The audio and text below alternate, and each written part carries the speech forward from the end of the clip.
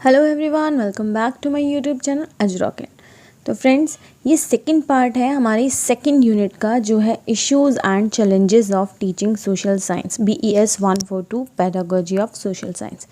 इस वीडियो में हम देखेंगे role of text books in social science teaching, उसके एडवांटेजेस, डिसएडवांटेजेस, कैसे उसको यूज़ करना है, और action research. Social science teaching में एक्शन रिसर्च होता क्या है, उसको कैसे कंडक्ट किया जाए और क्यों कंडक्ट किया जाए।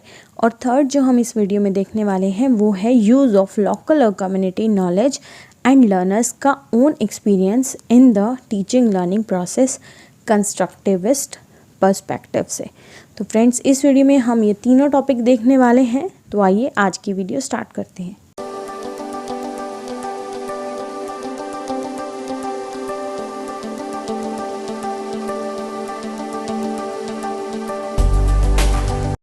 फ्रेंड्स, एवरीबडी नोज़ कि टीचर एक स्टैंडर्ड टेक्स्ट बुक सीरीज़ जो है वो एक क्लासरूम में यूज़ करती है क्या ये टेक्स्ट बुक? होती क्या है?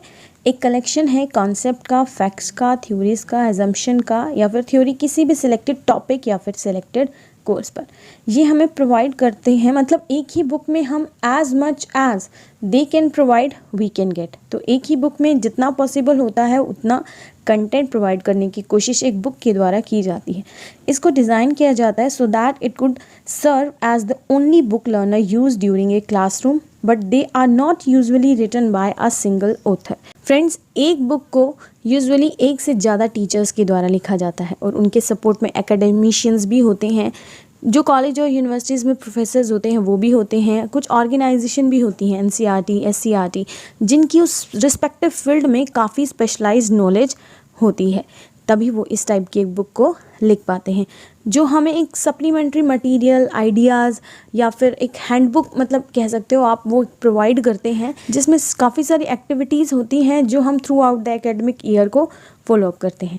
तो एक कॉम्प्रिहेंशन, कंपाइलेशन एक कंटेंट का, या फिर एक सिलेक्टिव और सिस्टमेटिक नॉलेज होती है जो एक टेक्स्ट बुक में हमें प्रोवाइड की जाती है। तो इसे एक स्टैंडर्ड सोर्स ऑफ इंफॉर्मेशन कहा जाता है for the formal study of a subject and एक डिवाइस या फिर instrument for teaching and learning. तो टेक्स्ट बुक को क्या कहा जाता है? एक the teacher in a print, या फिर इसको ये भी बोलते हैं half of the apparatus of teaching. Text book को एक मेजर सोर्स ऑफ नॉलेज की तरह देखा जाता है। देखिए, एक गुड टेक्स्ट बुक में फीचर्स क्या होते हैं ये भी हम देखेंगे। इससे पहले हम आपको बताते हैं, ये हमें प्रोवाइड करती है एडमिनिस्ट्रेटर और टीचर्स को with a complete program. Good text book जो होती हैं वो एक्सीलेंट लर्निंग रिसोर्स होती हैं, टीचर्स के लिए भी और स्टूडेंट्स के लिए भी। कई बार क्या होता है, टीचर जो है टेक्स्ट बुक के थ्रू बच्चों की नॉलेज को अराउज करने में फेल हो जाती है। वो क्यों होती है? क्योंकि बुक्स को एक लार्ज चंक ऑफ इंफॉर्मेशन के वे में रखा जाता है, जो बच्चों के लिए डिफ़िकल्टी हो जाती है उनके जो कंटेंट को समझ। देखिए, गुड टेक्स्ट बुक के फीचर्स होते क्या हैं? अप टू डेट होती है, जो अपडेटेड डेटा होता है वो होता है, एरर से फ्री होती है, वेल इलस्ट्रेटेड होती है, वेल स्ट्रक्चर्ड इंडेक्स होता है, क्लियर और एक्सप्लानेटरी जो है कंटेंट होता है, उसमें जो है प्रैक्टिस क्वेश्चन आंसर्स होते हैं, एंड में भी, मिड में भी। तो सिंपल और इंटरेस्टिंग होती है, अट्रैक्टिव होती है, और लैंग्वेज जो होती है किसी पर्टिकुलर बुक की वो एज़ पर द चाइल्ड होती है, उसकी एज या उसकी ग्रेड के अकॉर्डिंग। तो ये उसको क्या था, उसके गुड टेक्स्ट बुक के कुछ फीचर्स थे। तो एडवांटेजेस क्या होती हैं और डिसएडवांटेजेस क्या होती हैं वो हम यहाँ पे देखेंगे। देखिए, एडवांटेजेस से पहले हम एक चीज़ देखते हैं कि टेक्स्ट बुक जो होती है सिर्फ तभी तक अच्छी होती है जब तक उसको एक टीचर यूज़ कर रहा है, उसको उस वे में यूज़ करना चाहिए ताकि हम उसको अच्छे से कॉम्प्रिहेंड कर पाएँ। ये एक इम्पॉर्टेंट लर्निंग टूल होता है, इम्पॉर्टेंट लर्निंग रिसोर्स होता है किसी भी टीचर के लिए या फिर स्टूडेंट के लिए। फिर भी हमें एक टेक्स्ट बुक पर रिलाय नहीं होना चाहिए, हमें काफ़ी सारे लर्निंग रिसोर्सेज और भी जो अवेलेबल होते हैं उनको यूज़ करना चाहिए। और कई बार ऐसा होता है, आउटडेटेड इन्फॉर्मेशन या फिर इनसफिशिएंट जो कवरेज होता है कोर्स कंटेंट का, जिनकी वजह से टीचर्स जो है टेक्स्ट बुक को रिजेक्ट कर देती है। तो इसीलिए एज अ टीचर हमें डिसीज़न लेना चाहिए कि कौन सा कंटेंट बुक में होना चाहिए, कौन सा ओवर है, कौन सा यूज़ में नहीं आ रहा, हम उसमें ऐड डिलीट अपने अकॉर्डिंग कुछ भी कर सकते हैं। देखिए जो टेक्स्ट बुक है वो काफ़ी हेल्पफुल होती हैं टीचर्स के लिए भी और स्टूडेंट्स के लिए भी। तो क्लासरूम में जिस भी कंटेंट के साथ हमें डील करना होता है उसके लिए टेक्स्ट बुक जो है बेहद बेनिफिशियल्स होती हैं। इसमें ऑर्गेनाइज यूनिट्स होती हैं किसी भी काम के लिए, जो हमें प्लान करने के काफ़ी सारे आइडियाज़ देती हैं कि हम किस तरह से यूनिट को अपनी क्लास में ऑर्गेनाइज कर सकते हैं या उनको बच्चों को पढ़ाने में हेल्पफुल हो सकती हैं वो चीज़ें। एक बैलेंस्ड होती है, क्रोनोलॉजिकल प्रेजेंटेशन होती है किसी भी इंफॉर्मेशन की। देखिए ऐसा नहीं होता कोई भी आप चैप्टर पढ़ेंगे तो हिस्ट्री में जो बेसिक डिटेल है वो पहले, एडवांस है वो बाद में। तो एक बेसिक स्ट्रक्चर होता है, लाइन बाय लाइन होती है, कोई क्रोनोलॉजी होती है, एडवांस चीज़ पहले और बेसिक बाद में नहीं आती। एक पर्टिकुलर फॉर्मेट होता है। उसके बाद एक कंप्लीट प्रोग्राम है। गुड बुक्स जो होती हैं वो एक्सीलेंट लर्निंग रिसोर्स होती हैं टीचर्स के लिए भी, स्टूडेंट के लिए भी, जैसा कि हमने पहले बताया। देखिए बुक्स जो हैं वो एक कॉमन बेस, डाइवर्स कल्चर से लोग आते हैं लेकिन फिर भी एक ही कॉमन बुक जो है हर तरीके से हर एक बच्चे को प्रोवाइड की जाती है। तो एक कॉमन बेस होता है स्टडी का, हेल्पफुल होती है स्टूडेंट्स के लिए। और टीचर को as a print in a print भी कहा जाता है।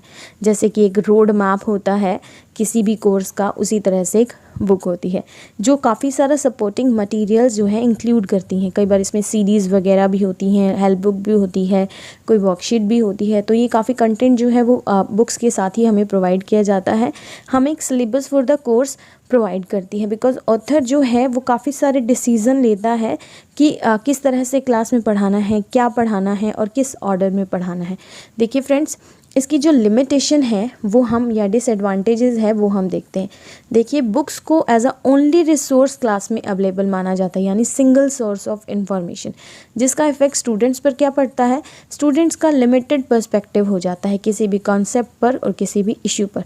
तो इसलिए टीचर को क्या करना चाहिए, अलॉट ऑफ इंफॉर्मेशन उनको देनी चाहिए, खुद के एक्सपीरियंस से भी और कुछ सप्लीमेंट्री मटीरियल्स जैसे कि वेबसाइट्स है, डिक्शनरीज़ है, एटलस है, एनसाइक्लोपीडियाज़ है, वो उनको प्रोवाइड कर सकती है। उसके बाद जो सेकेंड डिसएडवांटेज है वो है reading level sometime is too difficult. कई बार हम ये चीज़ देखते हैं कि टेक्स्ट बुक की जो लैंग्वेज है वो काफ़ी डिफ़िकल्ट होती है, स्टूडेंट्स को अच्छी तरह वो समझ नहीं आती, तो स्टूडेंट्स उसको अच्छी तरह पढ़ नहीं पाते हैं, उनको चीज़ें ग्रैब नहीं हो पाती। तो इसीलिए स्टूडेंट्स पर इफेक्ट ये पड़ता है कि उनको कॉन्सेप्ट समझ ही नहीं आता। तो हमें स्टूडेंट्स के इसके साथ भी हम काफ़ी सारी सप्लीमेंट्री इन्फॉर्मेशन उनको प्रोवाइड कर सकते हैं। कुछ ईजिली कॉम्प्रिहेंसिबल बुक्स हो गई, जैसे कि वही चीज़ें जो ऊपर बात की थी, वेबसाइट, डिक्शनरी, ईजी वे में ये चीज़ें बच्चों को समझ आने लगेंगी अगर आप कुछ इस टाइप की जो इंफॉर्मेशन है वो बच्चों को प्रोवाइड करेंगे। तो थर्ड है, डजंट टेक बैकग्राउंड इंफॉर्मेशन या नॉलेज इनटू अकाउंट। कई बार क्या होता है टेक्स्ट बुक में स्टूडेंट्स के मतलब जो आसपास का बैकग्राउंड या कुछ भी है उससे रिलेटेड चीज़ें नहीं होती। टीचर्स जो हैं डेली लेसन प्लान को कस्टमाइज़ नहीं करती हैं according to the need, aspiration या फिर एक स्पेसिफिक इंटरेस्ट जो होता है बच्चे का उसके बिहाफ पर।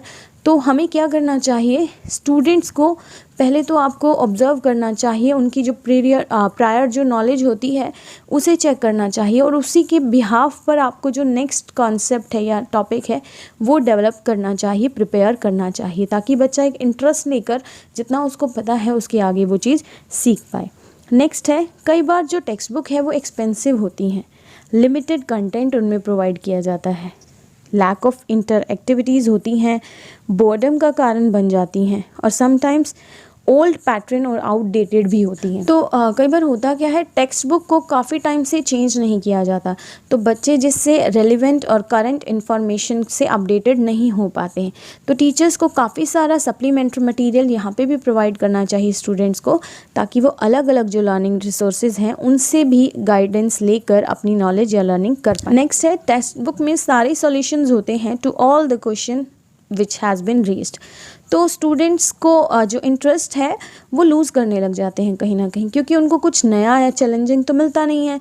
तो जो क्वेश्चन उन्होंने बुक में देखा उसी का पर्टिकुलर आंसर उनको देना होता है। तो टीचर को यहाँ पे उनमें एक प्रॉब्लम सॉल्विंग एक्टिविटीज़ डेवलप करने के लिए काफ़ी सारी एक्टिविटीज़ प्रोवाइड करनी चाहिए, ताकि वो हायर लेवल पे थिंकिंग अपनी कर पाएँ और कुछ इस तरह से क्यूरियोसिटी जनरेट करके बच्चे में उनकी थिंकिंग को डेवलप कर पाएँ, क्रिटिकल थिंकिंग को डेवलप कर पाएँ। तो activities beyond the text book होना मैंडेटरी है। फ्रेंड्स, इसके अलावा कई बार टेक्स्ट बुक को सिर्फ एनसाइक्लोपैडिक या फिर फुल ऑफ फैक्चुअल इन्फॉर्मेशन ही देखा जाता है, तो स्टूडेंट्स ये एज्यूम करने लग जाते हैं कि लर्निंग एक सिंपली कलेक्शन है फैक्ट्स और फिगर का। तो स्टूडेंट्स के लिए जहाँ पे टीचर हाई लेवल क्वेश्चंस पूछ सकती है और उनको प्रोवाइड कर सकती है कुछ ऐसी एक्टिविटी जिससे उनकी क्रिएटिव थिंकिंग और प्रॉब्लम सॉल्विंग एटीट्यूड्स उनमें डेवलप हो पाए। फ्रेंड्स, अब हम यहाँ ब्रीफ में देखते हैं जो भी लिमिटेशंस हमने बुक की बात की है।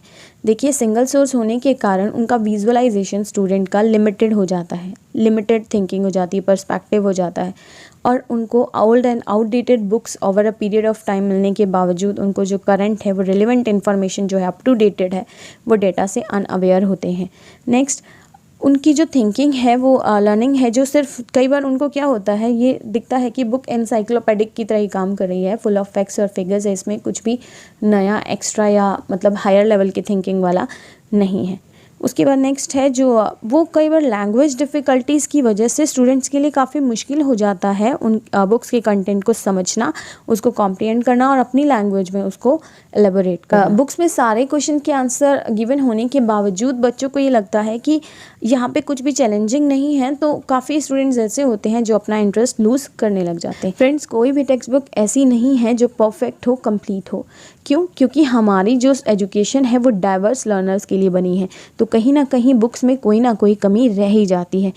ये एक सिंगल रिसोर्स जो माना जाता है स्कूल में, तो ऐसा नहीं होना चाहिए। टीचर को इसे एज अ ब्लूप्रिंट यूज़ करना चाहिए, टीचर को एक एज ए गाइड या फिर एक आउटलाइन के तौर पर इसको यूज़ करना चाहिए। और उसको सिर्फ एक सिंगल टेक्स्ट बुक पर रिलाय नहीं होना चाहिए, उसको काफ़ी अलग अलग प्लानिंग करनी चाहिए, उसे काफ़ी जुडिशियली या सोच समझ कर इसको यूज़ करना चाहिए। और जहाँ पे भी मैंडेटरी हो या रिक्वायर्ड हो, बुक्स को मॉडिफाई किया जाए, उसे चेंज किया जाए। जो डेटा दिख रहा है कि मैंडेटरी नहीं है उसे एलिमिनेट किया जाए और काफ़ी मटेरियल हम उसमें ऐड कर सकते हैं, कुछ सप्लीमेंट्री मटेरियल स्टूडेंट्स को प्रोवाइड कर सकते हैं ताकि वो आउटसाइड रीडिंग मतलब का एक लॉट्स ऑफ इन्फॉर्मेशन वो अपने माइंड में ग्रैब कर पाएँ और इजी वे में हम उनको मीनिंगफुल जो लर्निंग है वो बच्चों को उन्हीं की क्लासरूम में प्रोवाइड कर पाएँ। तो फ्रेंड्स, ये टेक्स्ट बुक का था। अब हम इसके बाद देखने वाले हैं एक्शन रिसर्च सोशल साइंस में क्या होता है, कैसे उसे कंडक्ट किया जाए और क्यों कंडक्ट किया जाए।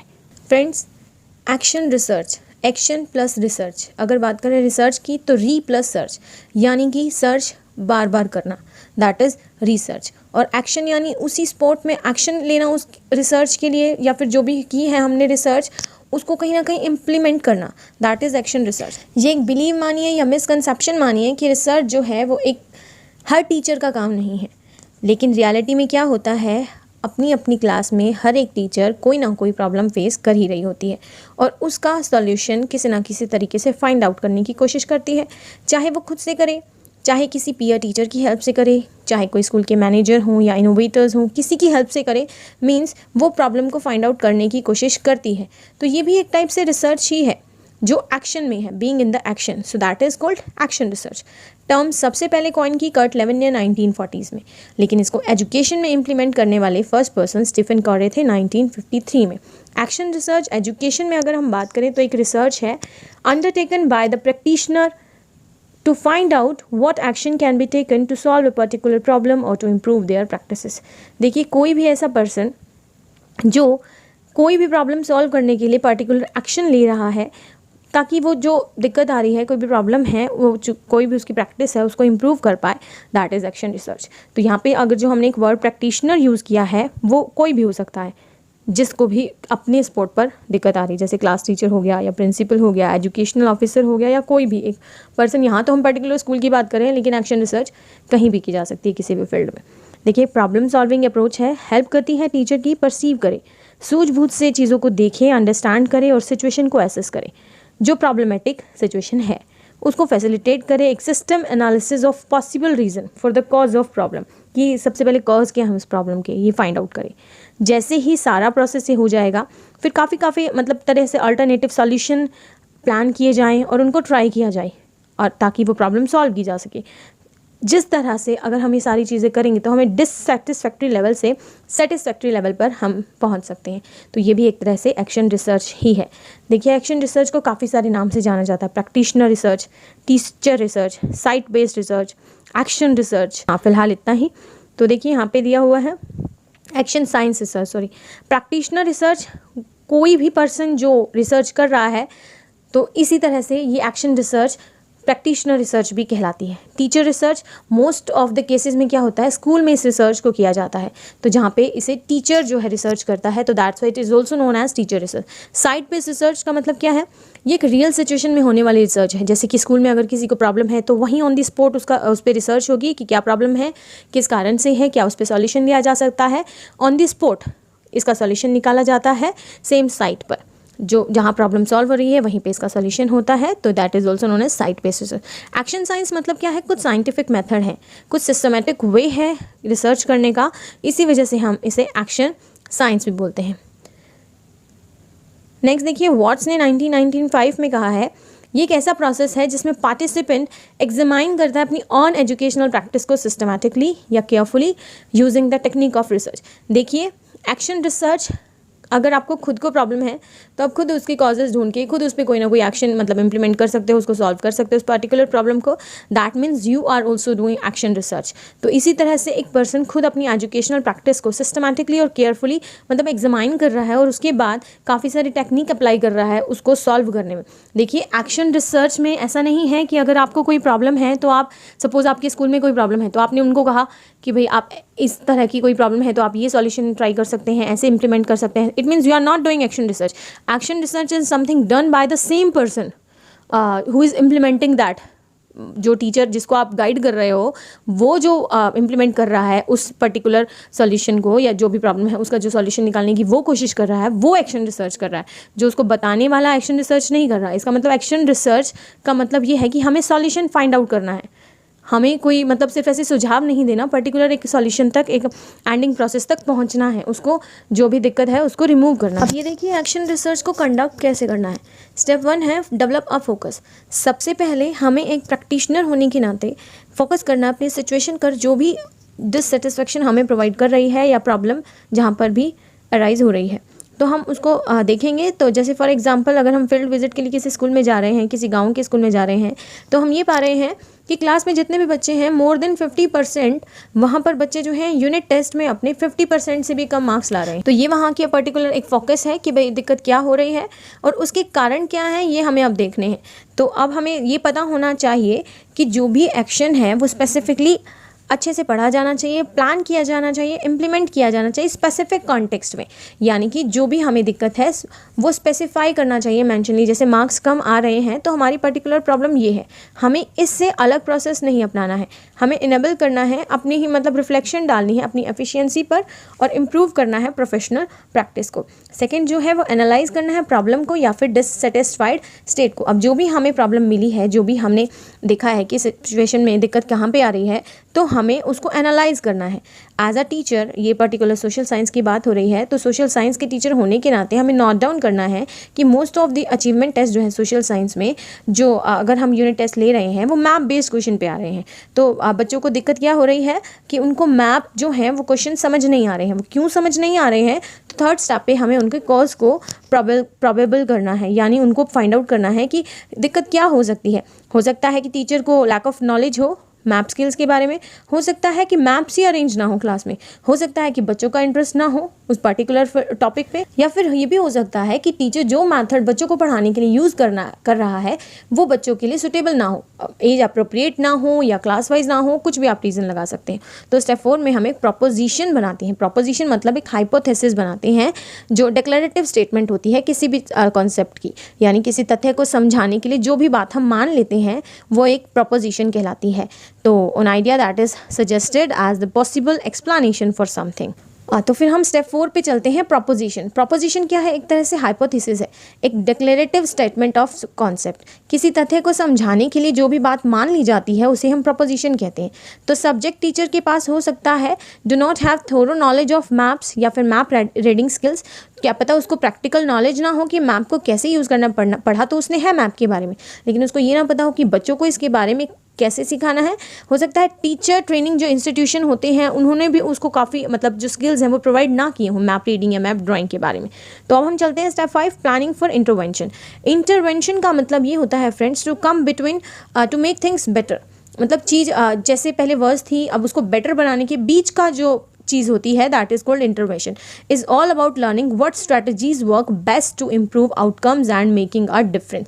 कौन सी ऐसी बेस्ट स्ट्रेटजीज है जो हम बच्चों के लिए लगा सकते हैं, कैसे रिसर्च जो पर्टिकुलर उसको फील्ड के लिए हो या फिर उसके फील्ड के बेनिफिट के लिए हो, तो उसमें हम जो बेटर करने के लिए जो भी सिचुएशन जो भी चीज़ करते हैं, दैट इज कॉल्ड इंटरवेंशन। तो इसमें कई बार क्या होता है, प्री टेस्ट डिज़ाइन किए जाते हैं, पोस्ट टेस्ट डिज़ाइन किए जाते हैं, स्कोर आंसर शीट्स होती हैं या फिर मॉड्यूल्स होते हैं।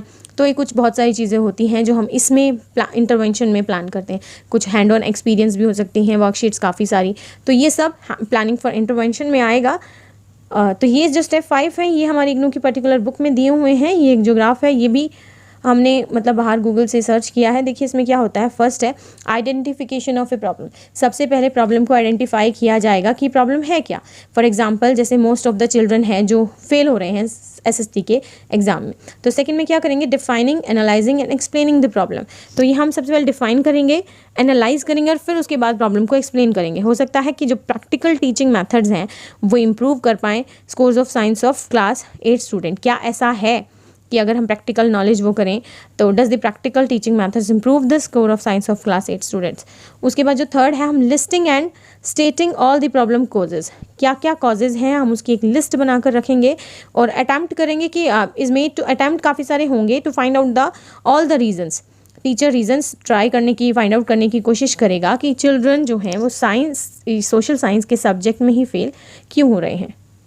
उसके बाद फॉर्मुलेशन ऑफ हाइपोथेसिस। हाइपोथेसिस यानी प्रपोजिशन क्रिएट करेंगे। हो सकता है कि भाई ऑल टीचिंग जो भी हम मेथड्स यूज़ कर रहे हैं वो प्रैक्टिकली इंप्लीमेंट ना हो रहे हों, अच्छे से बच्चों को समझ ना आ रहे हों, तो हम उनको इंप्रूव करने की कोशिश करेंगे, हाइपोथेसिस मन में क्रिएट कर लेंगे। जो 5th स्टेप है, प्लान करेंगे, डेवलप करेंगे, इंप्लीमेंट करेंगे और इवैल्यूएट करेंगे एक्शन रिसर्च प्लान को। तो सिलेक्ट करेंगे कुछ सैम्पल्स या डेटा कलेक्शन की कौन कौन सी टेक्निक लगाएं हम डेटा एनालिसिस के लिए, selection of time for conducting research. तो ये सारी चीज़ें हम प्लान, डेवलपमेंट, इम्प्लीमेंटेशन इन सब में करेंगे। लास्ट में हम क्या करेंगे, ड्रॉ करेंगे कंक्लूजन एंड टेकिंग डिसीजन, जिसमें हम ये पता लगाएंगे रिजल्ट के बारे में और कंपेयर करेंगे सोशल साइंस के स्कोर के बारे में कि बच्चों ने रिसर्च से पहले कितना ग्रैब किया था और बाद में कितना ग्रैब किया। तो फ्रेंड्स, पर्टिकुलर प्रॉब्लम को आइडेंटिफाई किया, उसके बाद उसको एनालाइज किया, फिर उसके जो कॉजेज थे उसको लिस्ट किया, फिर हाइपोथेसिस क्रिएट किया और इस हाइपोथेसिस को इम्प्लीमेंट करके देखा और फिर कंक्लूजन को ड्रॉ किया। तो ये जो 6 स्टेप्स हैं ये तब तक रिपीट होते रहें जब तक पर्टिकुलर प्रॉब्लम का कोई सॉल्यूशन हमें नहीं मिल जाएगा। तो फ्रेंड्स, एक्शन रिसर्च के कुछ करैक्टरिस्टिक्स कह सकते हो, कुछ पॉइंट हैं जो रिलेटेड हैं एक्शन रिसर्च से। देखिए, action research is small scale intervention है जो लोकलाइज्ड है, मतलब आसपास की उस पर की जाती है, बड़े लेवल पर हम इसे नहीं करते हैं। होल प्रोसेस जो है स्पेसिफिकली स्टडी किया जाता है, प्लान किया जाता है, इंप्लीमेंट किया जाता है एक स्पेसिफिक कॉन्टेक्स्ट में। इसे हम जनरलाइज नहीं कर सकते। सपोज एक बच्चे को प्रॉब्लम है कि उसके मार्क्स 60% से कम आ रहे हैं, तो क्यों आ रहे हैं, तो जो हम उस पर एक्शन रिसर्च करेंगे उसको जनरलाइज करके हर बच्चे पे इम्प्लीमेंट नहीं कर सकते। जरूर नहीं है कि उसकी रिसर्च, उस पर की गई रिसर्च बाकी सभी बच्चों के लिए भी हेल्पफुल हो। तो ये एक स्मॉल स्केल इंटरवेंशन है, इंडिविजुअल पर्सन के लिए बहुत बेटर रहती है, इनेबल्स करती है प्रैक्टिशनर को to reflect on their own efficiency. देखिए, अब हम सपोज मेरे को ही अगर कोई प्रॉब्लम है तो मैं रिफ्लेक्ट करूँगी अपनी चीज़ों पे, हो सकता है मैं उसके बाद अपनी एफिशिएंसी स्किल को बढ़ाने की कोशिश करूँ और खुद को इम्प्रूव करूँ, तो वो एक तरह से मैं प्रोफेशनली भी ग्रो कर रही हूँ, उस प्रैक्टिस लेवल को भी मैं इम्प्रूव कर रही हूँ, तो बेनिफिशियल है उस चीज़ में भी। जो एक्शन रिसर्च होता है उसका इंटेंशन ये होता है कि थिंग्स को बेटर करना, ये नहीं जानना कि हम ये थिंग्स क्यों कर रहे हैं, कैसे कर रहे हैं। This is not the aim of the action research. Action research is just to make things better. तो ये एक इंक्वायरी नहीं है to find out what is wrong, ये नहीं देखना कि गलत क्या है। हाँ, कॉजेज जरूर फाइंड आउट कर सकते हो, बट लेकिन मेन फोकस क्या होगा कि इंप्रूव कैसे करना है। कॉन्टेक्चुअल है, मतलब जिस पर्टिकुलर फील्ड में दिक्कत है उसी से रिलेटेड है, स्मॉल स्केल पे है और लोकलाइज्ड है। This we already talked. Next है doesn't contribute in the formation of a new theories and principle. जैसा कि मैंने भी बताया कि एक पर्टिकुलर स्टूडेंट पे की गई रिसर्च एक नई थ्योरी या प्रिंसिपल डेवलप करने में, फॉर्मुलेट करने में हमारी हेल्प नहीं करती है। ये डायरेक्टली एसोसिएट होता है किसी भी प्रॉब्लम से। फ्लेक्सिबल रिसर्च डिज़ाइन है, सपोज एक रिसर्च हुई है, अगर एक बच्चे पे नहीं हो रही तो थोड़ा सा उसमें चेंजेस लाकर कुछ चीज़ें जो मेन हैं और अगले बच्चे के अकॉर्डिंग उसे चेंज कर सकते हैं। That is called flexible research design है। क्वांटिटेटिव है और क्वालिटेटिव मेथड यूज़ है। देखिए, बेस्ट वे में यूज़ किया जाता है एक इंडिविजुअल को अच्छे से एनालाइज करके उसकी प्रॉब्लम को समझकर तब उस पर उसको एक्शन रिसर्च किया जाता है ताकि बच्चे को बेस्ट मतलब एफर्ट मिले और रिजल्ट भी उसका बेस्ट ही है। एक साइक्लिक प्रोसेस है, जैसे कि मैंने अभी आपको बताया कि जब तक एक बच्चा प्रॉब्लम को सॉल्व नहीं कर पाएगा तब तक इस साइकिल को रिपीट कर दिया जाएगा, तब तक एक्शन रिसर्च कंप्लीटली इम्प्लीमेंट नहीं होगा। प्रोवाइड करता है सॉल्यूशन इमीडिएट प्रॉब्लम के। If you are just suffering from the, मतलब आज कोई दिक्कत उठी तो उसके लिए भी एक एक्शन रिसर्च हम कर सकते हैं, तो इमीडिएट सॉल्यूशन हमें प्रोवाइड हो जाता है। एक टाइप है अप्लाइड रिसर्च का, और यूज़ करते हैं हम इम्प्रूव करने में क्वालिटी ऑफ डिसीजन और एक्शन। हेल्प्स करता है आइडेंटिफाई करने में कि कौन सा मेथड बेस्ट वर्क कर रहा है in comparison with fundamental research, तो जो इन्वॉल्व करता है लिटिल रिसोर्सेज एंड फाइनेंसेस। देखिए फंडामेंटल रिसर्च क्या होता है, अगर हम कंपेयर करें दोनों रिसर्च में, फंडामेंटल और एक्शन रिसर्च में, तो फंडामेंटल बेसिक रिसर्च है जो सबके लिए काम करता है, लेकिन एक्शन रिसर्च एक इंडिविजुअल के लिए भी हो सकता है, ग्रुप में भी हो सकता है, पूरे स्कूल के लिए भी हो सकता है। फंडामेंटल रिसर्च में रिसोर्सेज फाइनेंसेस मतलब एक्सेस वे में स्पेंड आउट किया जाता है, जबकि एक्शन रिसर्च में ऐसा कुछ भी नहीं है। एक्शन रिसर्च देखिए किसी के इंटरेस्ट पर बेस्ड नहीं है। सपोज एक टीचर कहे कि भाई मैं ये देखूंगा कि स्कूल में बच्चा कौन कौन से टाइम पर नहीं आ रहा है, तो मैं उस पर एक्शन रिसर्च करूंगा। So this is not the action research, वो हमारा इंटरेस्ट का टॉपिक नहीं है। पर्टिकुलर जो प्रॉब्लम है उसका सॉल्यूशन निकालने के लिए हम कोई भी उसको इम्प्लीमेंटेशन कर रहे हैं, उसका सॉल्यूशन निकाल रहे हैं, दैट इज़ एक्शन रिसर्च। जो दिक्कत आ रही है उसको सॉल्व करना, तो प्रॉब्लम पर बेस्ड है, इंटरेस्ट पर नहीं। तो नेवर पीपल ओरिएंटेड, लोगों से कभी भी ये शुरू नहीं होगा, ये प्रॉब्लम से शुरू होगा कि प्रॉब्लम है क्या। फोकस करता है इम्प्रूव करने में इंस्ट्रक्शन टू फैसिलिटेट लर्निंग, कैसे एक लर्निंग को फैसिलिटेट किया जाए, ये एक्शन रिसर्च बहुत ही हेल्पफुल इसमें साबित। फ्रेंड्स इसके बाद अगर मैं टाइप की बात करूँ तो 3 तरह से होती है। इंडिविजुअल रिसर्च जिसमें एक पर्टिकुलर बच्चे को फोकस किया जाता है, इंडिविजुअली उसमें क्या दिक्कत है, कैसे उसकी प्रॉब्लम को सॉल्व किया जाए, that is individual research. Collaborative होता है, पर्टिकुलर एक पूरी क्लास में कोई दिक्कत आ रही हो, जैसे पूरी क्लास के ही मार्क्स बहुत कम आ रहे हैं, तो वहाँ पे हम कोलैबोरेटिव रिसर्च का इम्प्लीमेंट कर सकते हैं। थर्ड होता है स्कूल वाइड रिसर्च। तो स्कूल वाइड रिसर्च क्या होता है, पूरे स्कूल में ही अगर कोई प्रॉब्लम आ रही हो तो उस पर जो हम रिसर्च लगा सकते हैं, एक्शन रिसर्च मतलब हम वहाँ भी इम्प्लीमेंट कर सकते हैं। तो ये 3 टाइप थी, तीनों एक्शन रिसर्च के बारे में हमने पूरा बात किया है। तो फ्रेंड इसके बाद में जो हम यूनिट का थोड़ा सा मतलब मोर देन आई थिंक 30-40% जो रह चुका है वो हम नेक्स्ट वीडियो में लाएंगे। अगर आपको वीडियो पसंद आई हो तो प्लीज़ इसे लाइक, शेयर और हमारे चैनल को सब्सक्राइब करना ना भूलें। मिलते हैं फ्रेंड नेक्स्ट वीडियो में। Still then bye bye and take care.